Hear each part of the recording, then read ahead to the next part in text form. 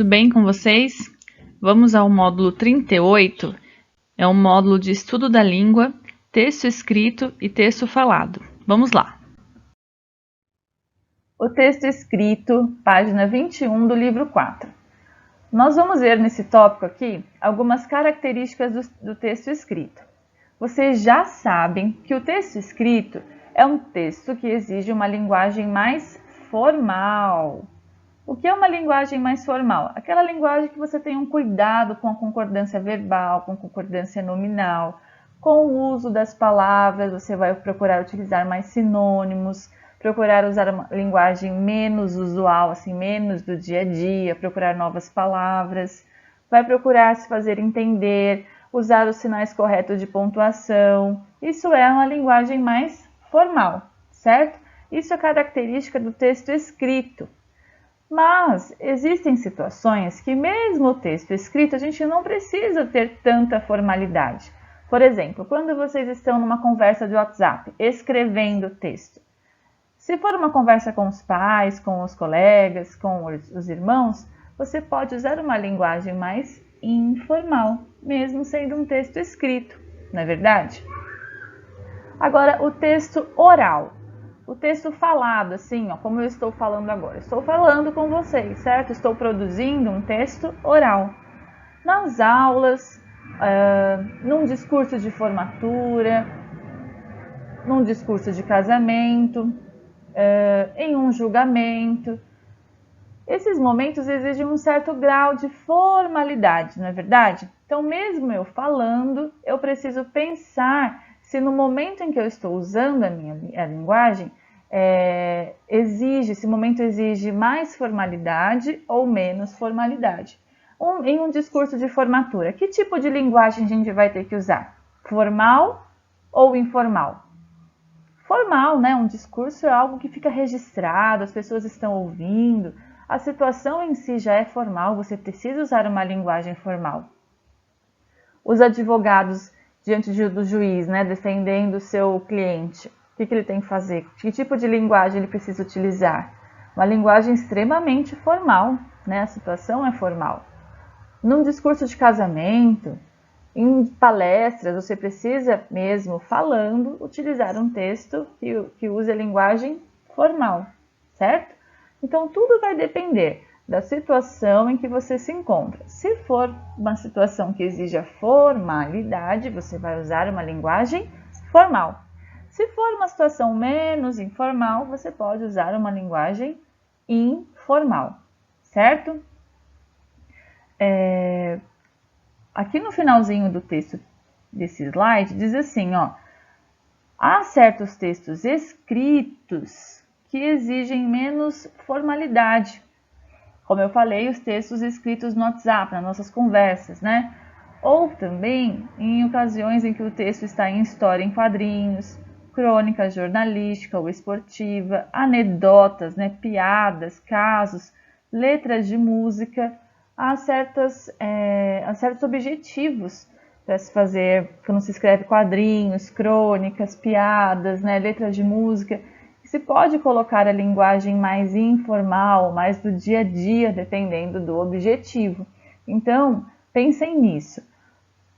O texto escrito e o texto oral vão variar na linguagem formal ou informal, dependendo da situação em que você se encontra. A produção de um texto escrito inclui dois processos que acontecem em diferentes momentos. Olha só. Escrever um texto exige que haja um planejamento e a execução, né? Que é o momento da realização. O planejamento é você pensar sobre o texto, o que você vai escrever naquele texto, que tipo de texto você vai utilizar. É uma narrativa? É um texto jornalístico? É um roteiro de viagem? O que eu devo escrever? Você planeja, você pensa, que tipo de linguagem você vai usar? É uma linguagem formal, uma linguagem informal? Sempre no texto há um planejamento, né? No texto escrito. Após o planejamento, você faz a execução, é o processo da escrita, né? Você escreve. E esse processo da escrita envolve escrever uma palavra, não gostei da palavra, apagar, não ficou bom ali, não deu certo, não me fiz entender. Então você apaga, você reescreve, você muda de ideia às vezes quando está escrevendo. Esse é o processo da escrita, certo? Então esse é execução. Então escrever exige planejamento, pensar sobre o texto e o próprio processo em si da escrita, certo? Outra coisa importante é que, enquanto estamos escrevendo, nós não temos ali o leitor pertinho da gente para a gente ficar explicando o que a gente quer dizer no texto, certo? Nós precisamos nos fazer entender na escrita, no texto escrito, no produto final, quando é entregue para o leitor. Então, você precisa escrever de uma forma que seja muito claro, que seja muito bem elaborada as suas ideias para que o seu leitor te entenda, certo? Então, tudo que você quer dizer tem que ser bem colocado ali para que o seu leitor te entenda. Porque no texto oral, quando nós estamos falando, se a gente fala alguma coisa e o nosso interlocutor não entendeu, a gente pode voltar, né, e explicar. Nós entendemos às vezes pela expressão que o interlocutor faz, né, falar, ele não entendeu. Então a gente repete, a gente explica novamente. Mas quando você entrega um texto escrito, isso não acontece, porque você não está vendo o leitor, né? Então você precisa se expressar muito bem, se fazer entender naquele texto escrito. E o texto escrito, como vocês já sabem, são organizados em parágrafos. O que é um parágrafo? Olha só, tem aqui no livro de vocês. O parágrafo compõe-se de um ou mais períodos ligados por ideias que se relacionam. Períodos, frases que se ligam, que têm a mesma ideia. Nós já conversamos sobre isso, já comentei algumas redações com vocês sobre a separação dos parágrafos, né? Às vezes vocês me entregam um parágrafo muito grande e eu falo, olha, esse texto dava para ser dividido em pelo menos 2 ou até 3 parágrafos, porque há ideias ali diferentes. Você conclui o pensamento daquela ideia e passa para o próximo parágrafo, certo? Aqui há um exemplo dos 2 parágrafos iniciais do texto que nós lemos em aula, Luna Clara, sexta-feira, no finalzinho da tarde, certo?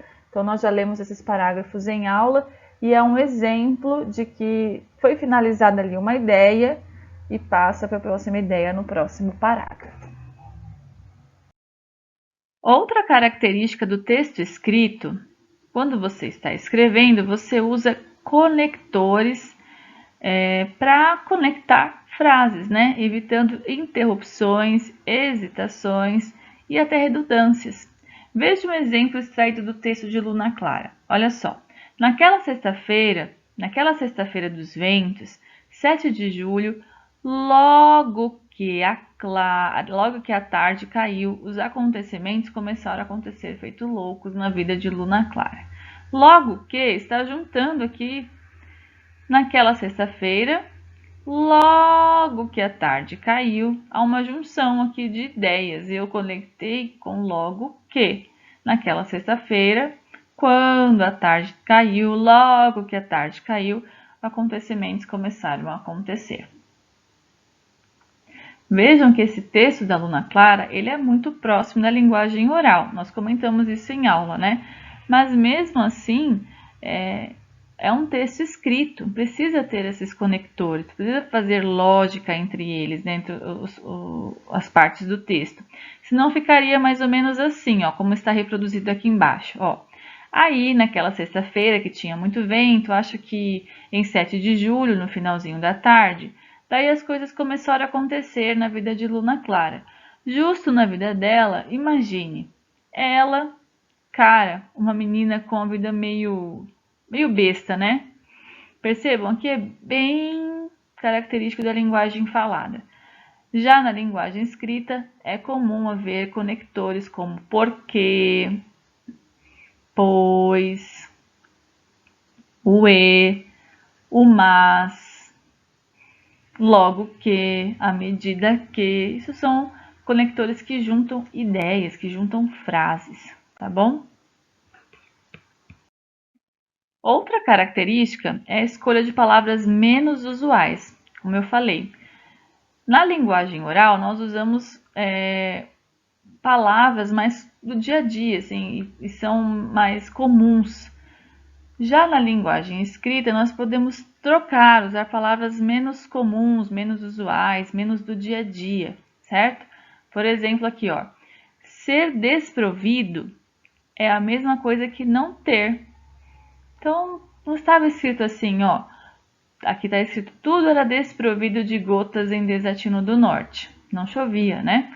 Então, não está escrito não tinha gotas. Não tinha gotas é muito oral, é muito do dia a dia. Então, o narrador usou, ó, desprovido de gotas. Com exceção. Exceção não é uma palavra que nós usamos assim no dia a dia, nas nossas linguagens do dia a dia. É um pouquinho mais formal, né? Então é menos usual. Então, exceção em vez de mas não. Raridade de H2O em vez de falta de água. Percebam como o texto vai ficando mais rico conforme nós vamos mudando as palavras, usando sinônimos. Faz a gente pensar sobre a linguagem, né? É muito interessante. Então, essas palavras menos usuais. Necessitava em vez de precisava. Precisava já é uma palavra que a gente usa muito no dia a dia. Então, necessitava é menos usual, menos comum. Outra característica do texto escrito é a obediência à norma padrão, como eu já falei para vocês também. Concordância do verbo com o sujeito posposto. O que é sujeito posposto? Olha só, então lá em Desatino do Norte não existiam lagos, rios, mares, poças, nada molhado. O sujeito está depois do verbo, não é isso? Geralmente nós temos o sujeito, né? Pode haver na ordem direta, que é comum nós usarmos até exemplos assim, que o sujeito venha antes do verbo, aqui ele está depois do verbo. Mesmo assim, olha só, tome cuidado para colocar a concordância correta. Lagos, rios, mares e poças, nada molhado, existiam. Fazer impessoal por indicar tempo. Olha só, fazia mais de 13 anos que o pai e a mãe de Luna, Clara... Nossa, não posso colocar aqui faziam. Sério, faziam mais de 13 anos. Não, fazer no sentido de tempo, ele não vai para o plural. Tudo bem? Não é. Ele fica impessoal porque está indicando tempo, ou seja, ele não admite flexão de pessoa, fica no singular mesmo, certo? Fazia. Outro exemplo é o verbo haver. Nós falamos dele esses dias, né? Quando ele tem sentido de existir, ele também não vai para o plural. Por exemplo, havia muitos papéis na estante. Eu não posso colocar aqui haviam, né? Não, porque havia aqui está no sentido de existir.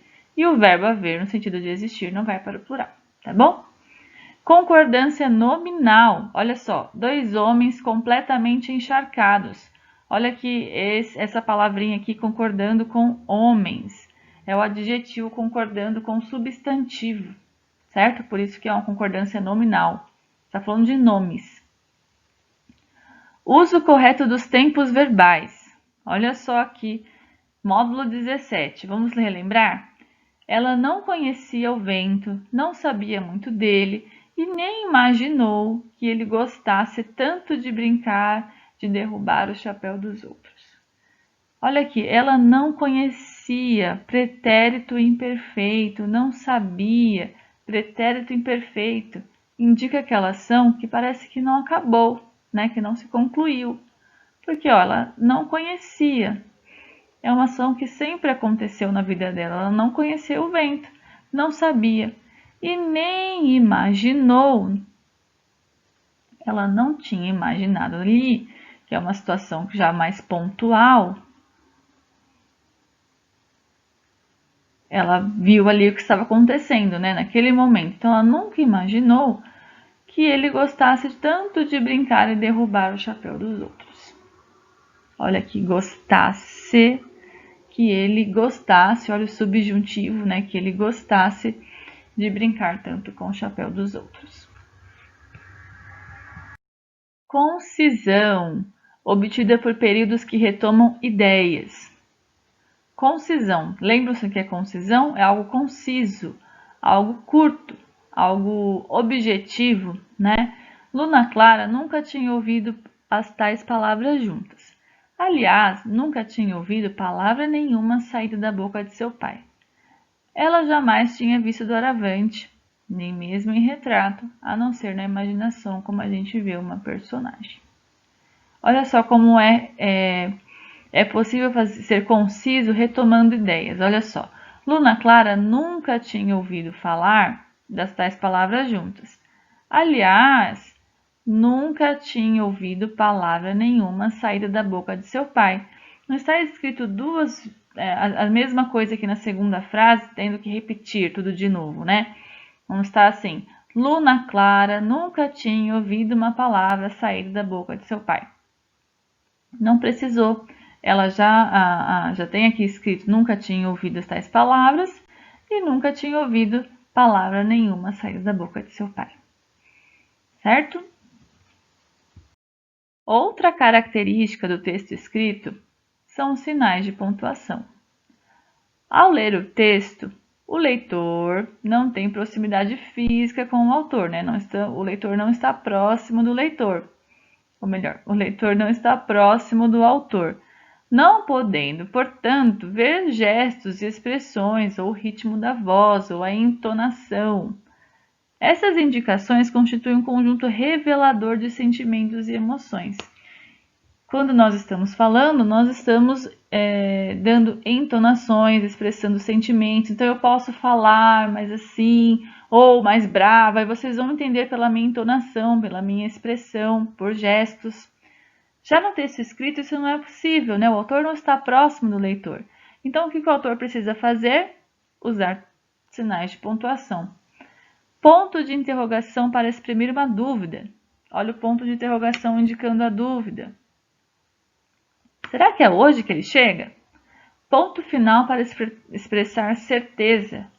É sim. Ponto de exclamação para indicar a impressão. Está uma chuva danada. Pode ser uma surpresa, pode ser tristeza, pode ser alegria. Depende aí da impressão que você quer passar, né? Aqui no caso, está uma chuva danada. Ponto de exclamação. Você já sabe até como deve ler. Reticências para apontar reflexão. Em terceiro, não tinha terceiro não. Em alguns casos, os sinais de pontuação não são utilizados, mas o autor acaba usando recursos de estilo para produzir efeitos de sentido. Olha o exemplo aqui de repetição de palavra. Ela estava lá sentada na beira da estrada, como ficava todos os dias, esperando, esperando, esperando, esperando, esperando, esperando. Nós sabemos que quando o autor escreveu esperando, esperando, esperando, ela não fez isso porque não tinha outra palavra, porque não conseguiu pensar em outro sinônimo. Ela quis expressar, usando palavras, o quanto a aluna estava esperando, né? Foi um longo tempo, então quando você ler esperando, esperando, esperando, esperando, você consegue imaginar a espera, a monotonia. É a mesma coisa, né? Esperando, esperando, esperando, esperando. É a mesma coisa, ela fazia isso sempre. É uma repetição, é uma demora, é a mesma coisa, né? Então, só fazendo a repetição de palavras. Ou o uso de sinônimos para denotar a intensificação do estranhamento sentido por Luna. Olha só, Clara, ao ver dois homens se aproximando, o extraordinário, o imprevisto, o maluco, o inusitado, o inesperado. Olha os sinônimos aqui, ó. Para intensificar esse estranhamento, essa surpresa da Clara ao ver aqueles dois homens molhados, encharcados dos pés à cabeça.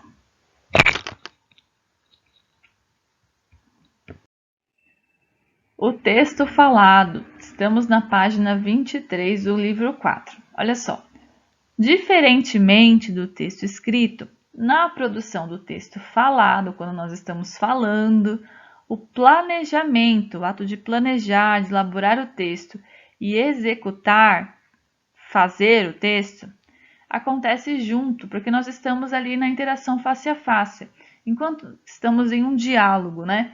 Enquanto nós estamos falando, nós estamos planejando a próxima fala, e isso acontece simultaneamente, muito rápido, né, na nossa mente. E enquanto nós estamos falando, também é interessante. Eu sei que estou aqui falando, planejamento e execução acontecem ali no momento. Se eu errar, se eu não conseguir me expressar bem, eu vou usar sinônimos, eu vou conseguir me expressar de outra forma, vou perguntar se o meu interlocutor entendeu. Já no texto escrito isso não acontece, né? Por isso que no texto escrito você precisa ser o mais claro possível para o seu leitor te entender, né? Como eu disse, os interlocutores estão em um diálogo, né? Diálogo 2, estão em um diálogo. E quem está no diálogo monitora a conversa o tempo todo, ou seja, estão atentos à conversa o tempo todo, alternando sempre os turnos de fala. Um fala, o seu interlocutor responde, e assim vai trocando os turnos de fala. Cada momento que um dos interlocutores está falando se chama turno de fala. Na página 24, há um exemplo de texto falado aqui transcrito. Olha que interessante. O que a gente encontra lá, né? Manicure, todo aquele processo de embelezamento, né? E às vezes é como esse requinte. Tem um fulano que vem tingir o cabelo, o outro que vem cortar. Então aquele é de tintura de cabelo. E né, é um expert em tintura de cabelo. É interessante, né? Por isso que eu digo, hoje tem vários... Quando você me perguntou no início da nossa conversa qual é a profissão, eu achei, bom, é um pouco difícil de dizer qual é a profissão que eu acho que... Todas elas são profissões e todas elas merecem o nosso respeito, não é mesmo? O importante do homem é ele não ficar à toa. Nós, como professores, devemos a primeira coisa é ensinar para o menino que ele não ser ocioso, não ficar à toa. Olha só, como nós lemos, e dá para perceber bem, né? Uma das características do texto falado é que ele apresenta marcadores discursivos ou marcadores conversacionais. São palavras, expressões que marcam o discurso. Olha só. E às vezes como esse requinte. É interessante, né? São essas palavrinhas aqui que a gente reforça, né? No momento que nós estamos falando. Nós repetimos o tempo todo. Se chamam marcadores de discurso. É como se isso ajudasse no encaminhamento de ideias. Nós vamos falando, por exemplo, como eu comentei com vocês, né? Eu tenho essa mania de falar né, ou então, enfim. Isso é um marcador conversacional. Outro exemplo aqui, ó. Todas elas são profissões e todas elas merecem o nosso respeito, não é mesmo? Reforça a ideia de que você está em um diálogo, né? Que você precisa ser respondido. Marca o turno da conversa, que precisa agora você responder o que eu estou falando. E vai ajudando no encaminhamento de ideias, né? Eu vou falando, vai puxando, né? Não é mesmo? Enfim, e vocês, o meu interlocutor, né? Também da mesma maneira. Quando você me perguntou qual é a profissão, eu achei, bom, é um pouco difícil de dizer qual é a profissão. Vejam que isso aqui é bem oral, né? É bem do discurso falado. Outra característica é a repetição de frases ou de ideias. O que a gente encontra lá, né? É um expert em tintura de cabelo. O importante do homem é ele não ficar à toa. A primeira coisa a ensinar para o menino é ele não ser ocioso, não ficar à toa. É normal, a gente acaba não percebendo, né? Mas nós, quando estamos falando, nós acabamos repetindo ideias. Porque, como foi dito no início, né?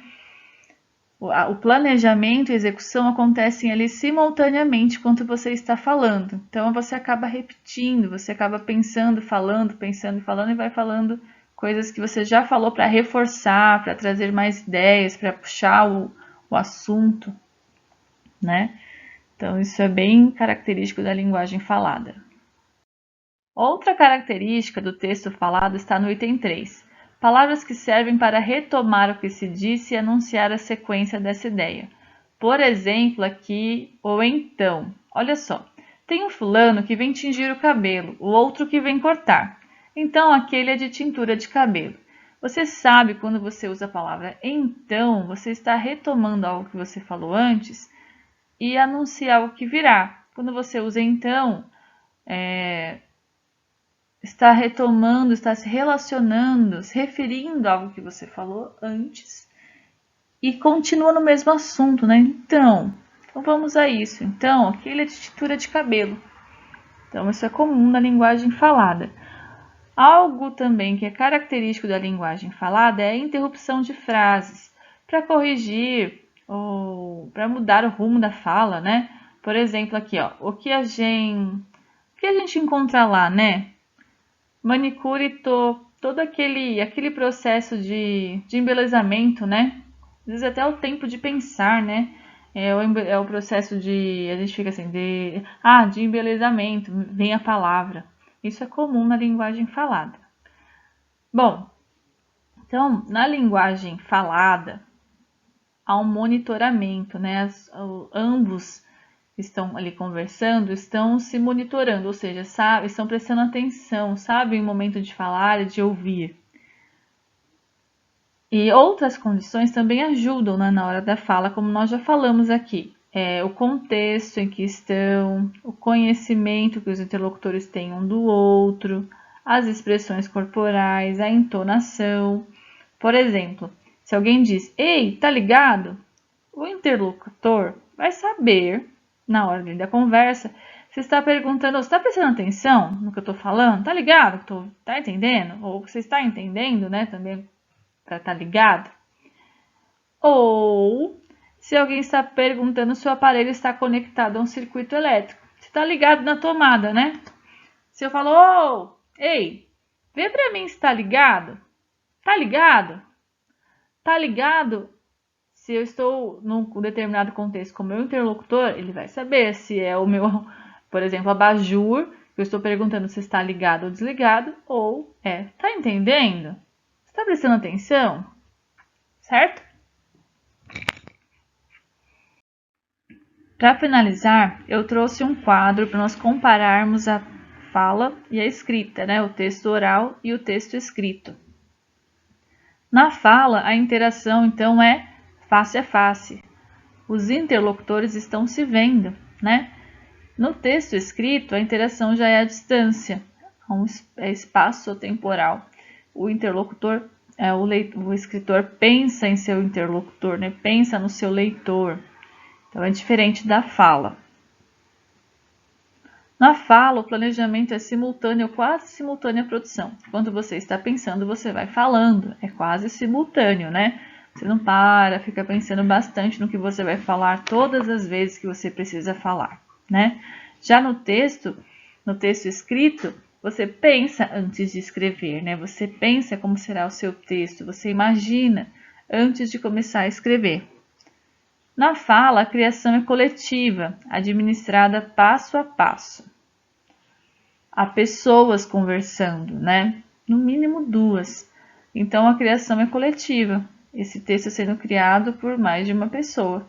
Já no texto escrito, a criação é individual. Na fala, há a impossibilidade de apagamento. A palavra falada não volta mais, né? Por isso tem que prestar bem atenção no que se fala, né? Tomar bastante cuidado, porque se você falou, você não consegue mais voltar atrás. Mas no texto escrito isso é possível. Há a possibilidade de você errar uma palavra, escrever errado ou não querer usar exatamente aquela palavra e você apagar, certo? Então há a possibilidade de revisão, diferente do texto falado. Se você por acaso falar algo que não era sua intenção ou falar de forma possível compreender, você precisa retomar essa fala, falar de novo, né? Mas apagar não dá. Bom, na fala sem condições de consultas a outros textos ali no momento da fala, você só tem o seu repertório mesmo, ali né? Vai falando, vai pensando, vai falando. Já na escrita não, dá para fazer pesquisas antes de escrever. Olha que interessante. Na fala, a reformulação pode ser promovida tanto pelo falante como pelo ouvinte. Você pode falar, reformular o que você falou e o seu ouvinte também, nessa interação. Já na escrita, isso só acontece pelo próprio escritor. Na fala, o acesso imediato às reações do interlocutor. Então, enquanto eu estou falando com o meu interlocutor, eu consigo ouvir e consigo ver as suas expressões ali no momento em que eu estou falando. Já na escrita, isso não é possível. Você imagina como seu leitor receberá esse texto, mas você não sabe realmente como isso vai acontecer e não consegue ter acesso às expressões desse leitor. Na fala, o texto pode processar, o falante pode processar o texto redirecionando a partir das reações do interlocutor. Então, conforme você vai falando, você pode de certa forma, assim, entre aspas, manipulando, redirecionando, né, pensando nesse texto de acordo com as reações do interlocutor. Já no texto escrito, isso não é possível. O escritor pode processar o texto de acordo com as possíveis reações do autor. Ele pode pensar qual será a reação dele. Você vai escrever pensando nisso. Mas você não pode ser ali simultâneo com a expressão do interlocutor. O texto falado, né, mostra todo o processo de criação. Enquanto você está falando, você vai reformulando, você vai falando de outra forma para que o seu interlocutor entenda. Isso tudo é próprio da fala. Então, a pessoa que está ouvindo você falando, ele está vendo o seu processo de criação, né? Você vai falando, ele vai ali acompanhando. Já o texto escrito, você não tem essa possibilidade, porque o leitor só conhece o processo final, só o texto final, como chegou pronto, né? Só consegue ver o texto pronto. Não há possibilidade de conhecer todo o processo de criação, como o escritor pensou, que palavras ele apagou, por que ele mudou, qual era a ideia de antes, ele acabou mudando. Isso não é possível, você só conhece o texto final. Bom, essas são as diferenças do texto escrito e do texto falado. Espero que vocês tenham entendido. Tendo alguma dúvida sobre esse assunto, é só me chamar na aula, tá bom? Um abraço, queridos. Fiquem com Deus. Tchau, tchau.